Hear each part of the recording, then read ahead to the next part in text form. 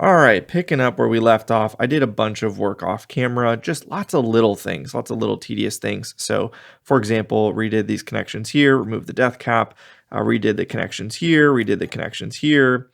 Let's see what else. For the pots, so the bus wire was just kind of hanging over here and here, not connected to either of these two pots. So those were both resoldered so that they're actually connected to the casings, if you can see that. This wire was ran on top of the bus wire for obvious reasons. Lots of little stuff like that. The cap here, the 500 picofarad cap, was removed and reinstalled. This mustard was at some point replaced or something because it was facing the other way and the solder joints were messed up. So I redid that as well. This wire right here obviously is not original. It was run on top. It'd be really hard to try and run it on the bottom like the blue wire right here. Going to that plate. This is just a much better way to do it with without having to undo a ton of stuff to try and get that to work. So I just kept that as is, but redid it. Same thing with some of the wiring on the inputs. So yeah, just lots of little little things like that. I don't know if you'll be able to see. So just a lot cleaner in general. And yeah, so from here, it's really ready to go ahead and fire up and test and see where we're at. You know, the amp was working and sounded great before, so I have extremely high hopes for this amplifier and should be just a little bit quieter than it was before and more reliable.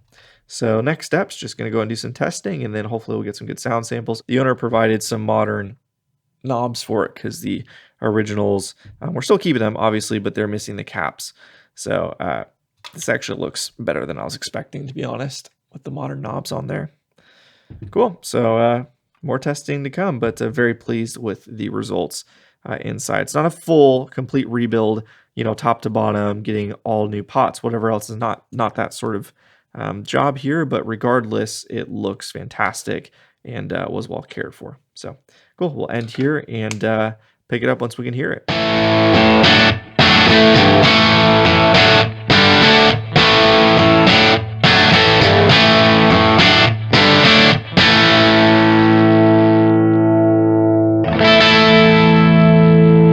Cannot catch a break with these weird amp problems. Here's a old Plexi. Got a guitar plugged in, volume up, nice and silent. Amp is on half. Running 412, really quiet. Everything's great, right? Everything's groovy. Unless the amp just happens to be bumped. Just get it to do it on camera here. There we go. Just a slight shift. Now listen to it. It's got a gnarly buzz. I just slightly move the chassis. No buzz. Not even touching the chassis. No buzz. It's nothing to do with me grounding myself or anything like that. Now showing it from this angle to show it's buzzing, obviously. But manipulating the jack does nothing. Right? It's not the jack itself. And then oh, now it's gone. So doing this makes it go away. That makes it come back. It's just so ridiculous. What is happening? Okay, so it went away. Now it's gone. Okay, so it came back. Here it is. Let's go ahead and ground 68K input resistors. So doing that kills it. Both of them. Well, now it's killed itself. God, this thing is insane. No hum. Nothing has changed. Come on. Okay, we got buzz back. Oh, this is so ridiculous. Okay.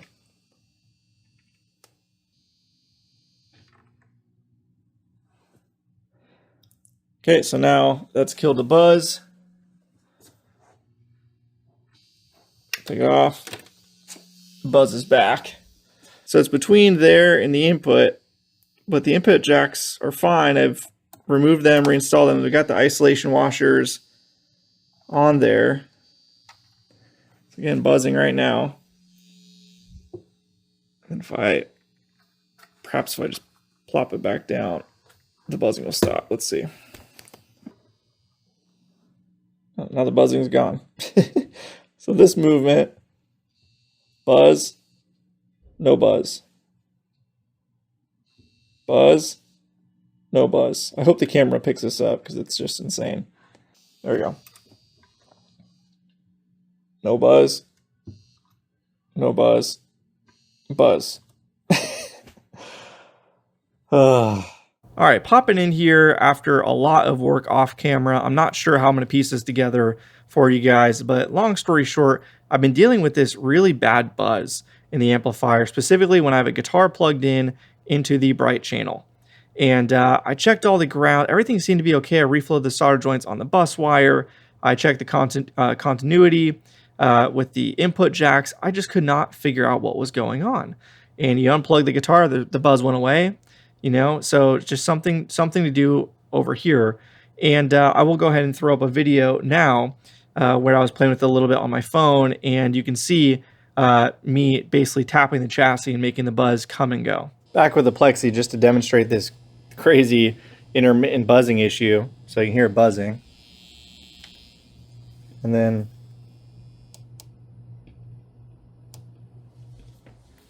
now it's not buzzing.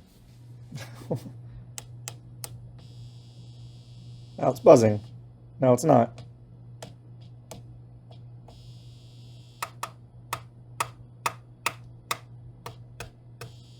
Now it's buzzing again, just tapping this. Now it's not, just from hitting this. Now it is. So yeah, just something intermittent I gotta find. So clearly something intermittent, something's right on the razor's edge of connecting to chassis where it shouldn't, or vice versa. So I decided to take out the input jacks on this channel, remove them. So if you don't know how it works with the cliff style jack on these,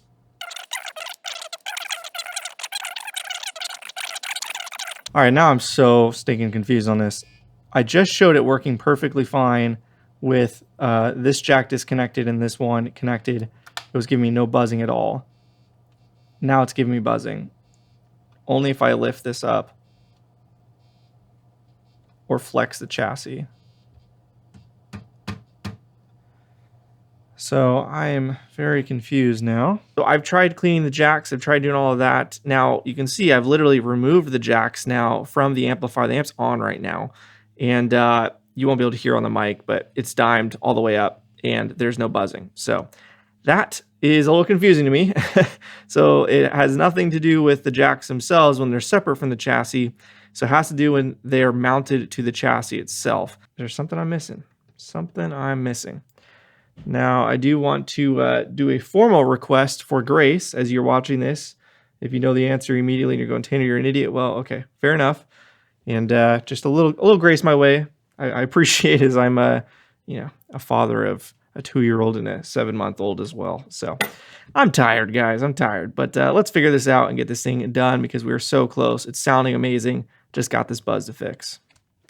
Well, I don't understand why. The problem is I think it's like, oh, maybe it's related to the wire, but if I just do this, it has the same exact result of the, again, you guys can't hear it buzzing in the background, but it's intermittently buzzing. So I'm so confused. So freaking confused. And then just go ahead and remove this jack. Let's see if that fixes it.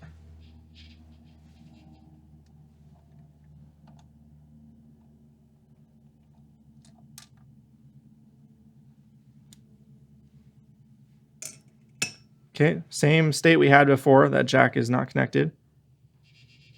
Now it's buzzing. What the hell? It was not doing this before. What is happening? No problems with the... Oh, now this is buzzing. Okay. That's interesting. Still getting buzzing on this channel, which I was not before. I could not get the buzz on that channel, so that's weird. So, but that's a totally separate connection.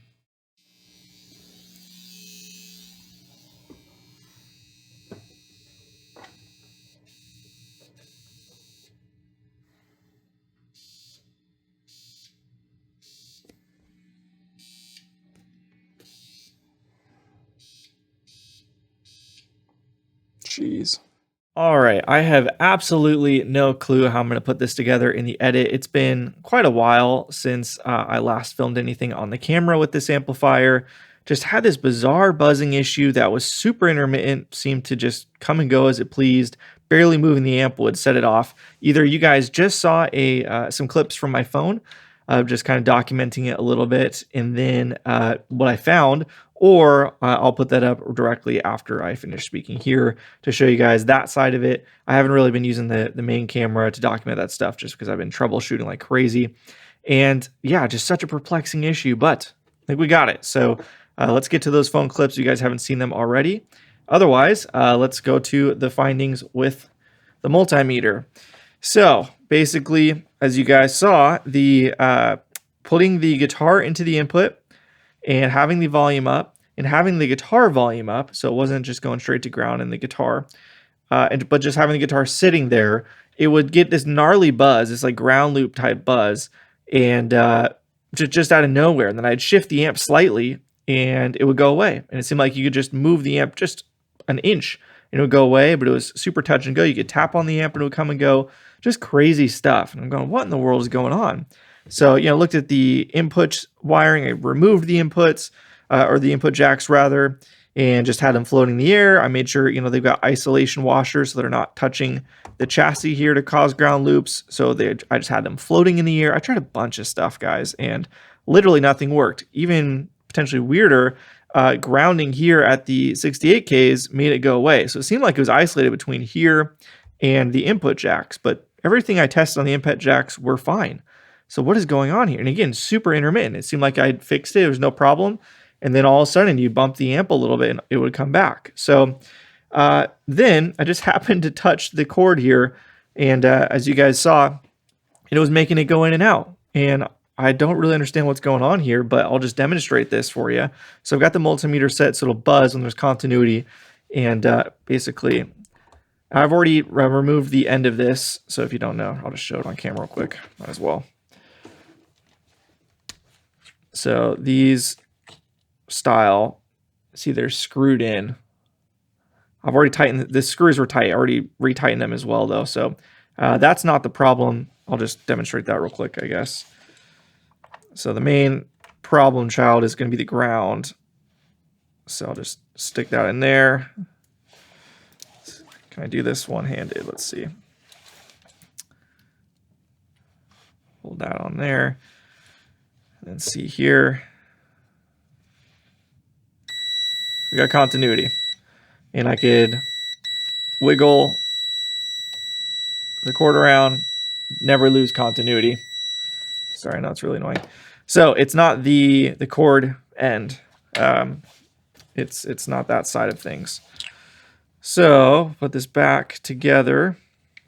This is not a vintage one, by the way. This just looks like a kind of a cheap modern replacement. So when I put this in, here's where we start having problems. So again, I have this, just kind of have it floating there, and I'll show continuity. So it goes to the chassis ground as a black wire. This is factory original. Goes to this point right here where there's multiple grounds. Notice I'm touching it, and we're not getting any buzzing. No continuity. So if I move it, we get continuity. So if I just shift it slightly, so super bizarre. If I touch here again, no continuity. How crazy is that? But I'm confused because this always shows continuity. Doesn't matter what I have here. So it's something between the connection of this to the receptacle that's just not loving life. So that seems to be the issue. Again, I don't really understand why the only way this shows itself or manifests itself is with a guitar plugged in, volume up, and it, you know, just coming in and out like that. It's just so crap. I've never run into anything like this. So that's where we're at. Now, I'm going to go ahead and inspect this. We might just have to replace it. I'm not really sure. But yeah, just crazy. So that's the latest. With that, you know, kind of out of the way, I spoke to the owner a bit further about the amplifier. We didn't kind of do a full like rebuild of it, right? It's already had some work done. We did the kind of the remaining caps already been partially recapped. Already had some partial work done, like a couple of pots replaced, you know, just little stuff. And I just kind of just did basically the remaining recap. That was it. Not a ton there.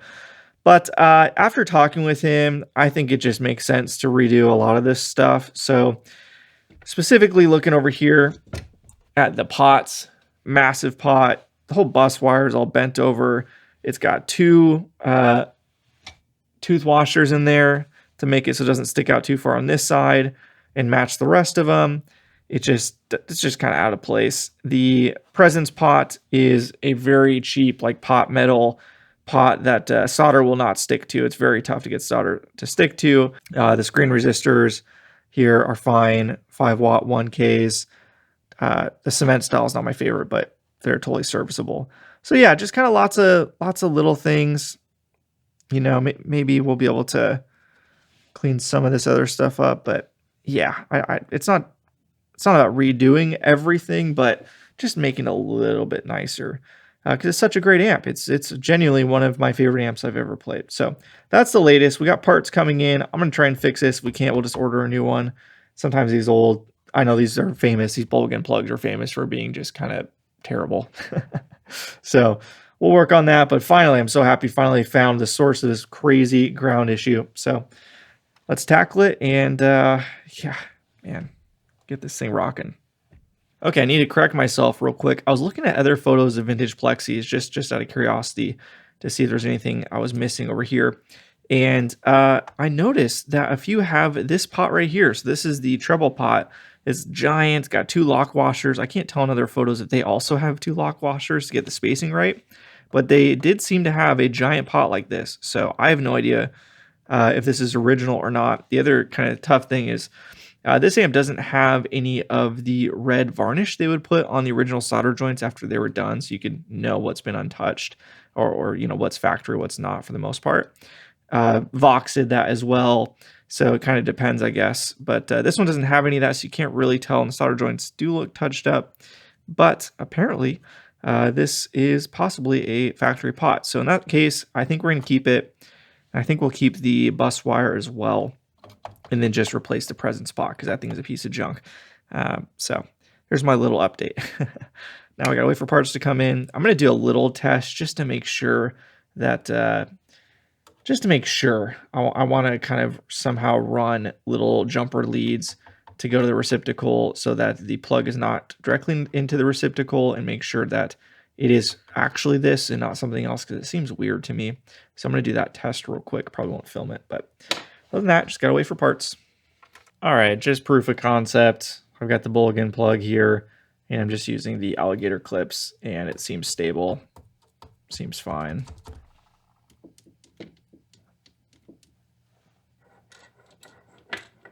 So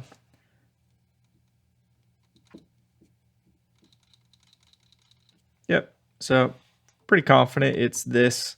Just something about these two connecting together is very unstable, but we'll get new replacements. The owner's going to order a set. I guess somebody in Japan or something makes repros, so we'll have those replaced and should be okay. So, all right, hopefully get this thing done soon. Have the replacement bulgin plug. The owner picked this up off of Reverb, so we'll go ahead and get this installed. You can see it's got kind of a screw style versus these just kind of plates there. So I'm very confident that'll fix that. And I also got the replacement pot to replace this one, and I will leave the rest as is, as well as the bus wire because it is original. So let's get the soldering iron warmed up and get this sucker out and get the new one in. So here's the plug out. You can see it's Just kind of looks really old and corroded. So I'm not super surprised that it was having problems. Go ahead and put this off to the side. Here's the new versus the old. New one, old.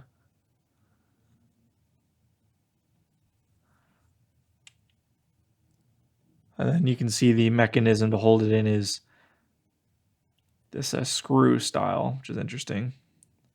Bulgin, England is what it says on it. I don't know if it is that or not, but cool. I feel much more confident in this piece. And then the other end feels like it connects way better as well. All right, so I was working on this and I wanted to inspect the ground a bit closer. And so I removed the original, I think it's original ground lug here, and it had a tooth washer on the top, but nothing on the bottom. So just a flat surface. And then underneath that, you can see the original hole, and it looks like the hole was enlarged to try and fit this bracket. I'm not sure why that was done. Can you see it's in focus? Kind of. Let me see if I can make it more in focus for you guys. There you go. So now you can see here, this has been drilled out, but then they left a burr there. And so the ground connection was never actually solid underneath that.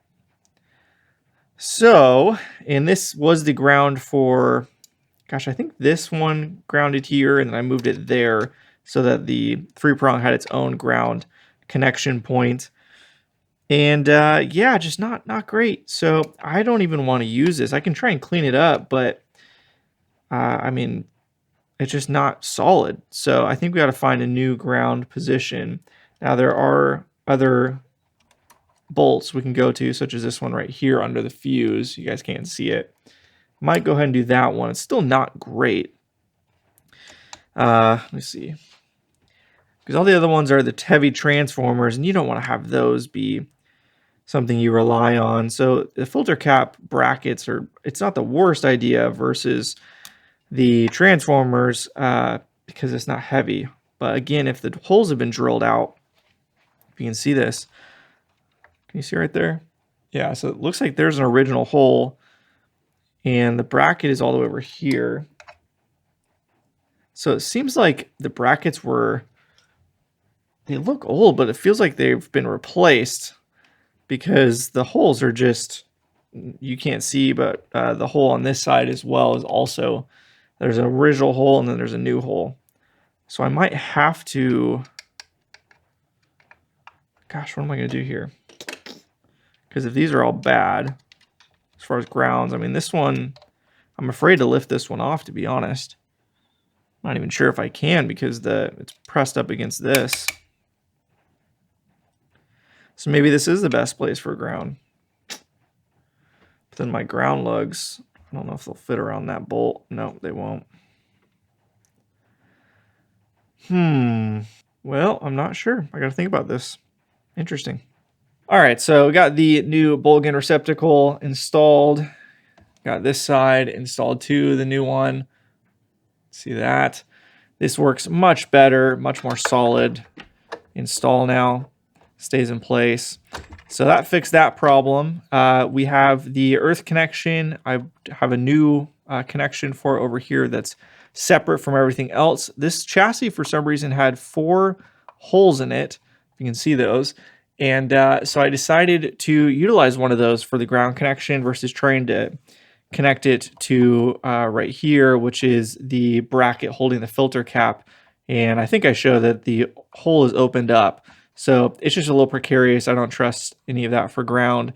So yeah, I just used one of the holes and had a number 4 screw fit just fine. Have a lock washer on this side, and then the solder lug has a lock washer built in on this side.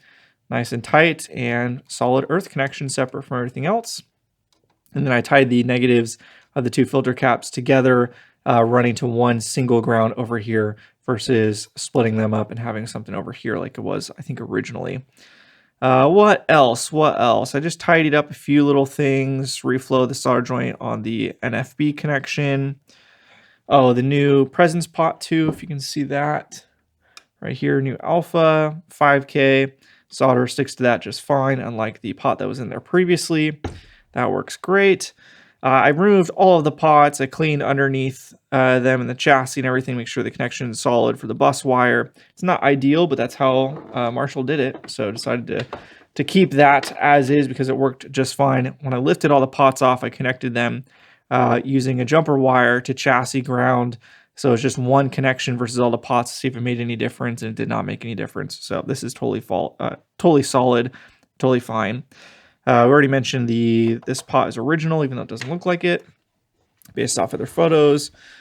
What else going on over here? Reflowed this solder joint, couple little solder joints here and there. So obviously this wire would have been probably blue, I guess. You had to use blue for the plates, and it was replaced at some point. Really, really difficult. You have to rip everything out to get the connection underneath. That was already there on top, so I just reflowed it, made it a bit cleaner. What else? The input jacks, I took them out, I cleaned them a bunch, and reinstalled those, so those are just fine. Reflowed the joints on the bus wire, just lots of little stuff like that. And from here, I think we're done. Oh, I reflowed this joint over here for this ground, really just trying to clean up some of the grounds I didn't really trust, to be honest. But other than that, I might be forgetting something. I'm looking around, don't really see anything else. But yeah, other than that, this amp is fantastic. Genuinely one of the best amps, one of my favorite amps I've ever played. And I'm looking forward to recording something with this. Might take me a little bit to do because it's a bit hard to record a 50-watt Marshall in my space here, but we're going to get it done. So we'll go ahead and cut to that probably, because I don't think there's anything else to be done here. Let me look through my list real quick and double check. All right, yeah, no, I think that is it. So yeah, next up is just playing the damn thing and recording something for you guys. So looking forward to that. We'll probably use my greenback loaded, Pulsonic loaded 4x12 for that video. So I guess let's cut to that, unless anything else pops up.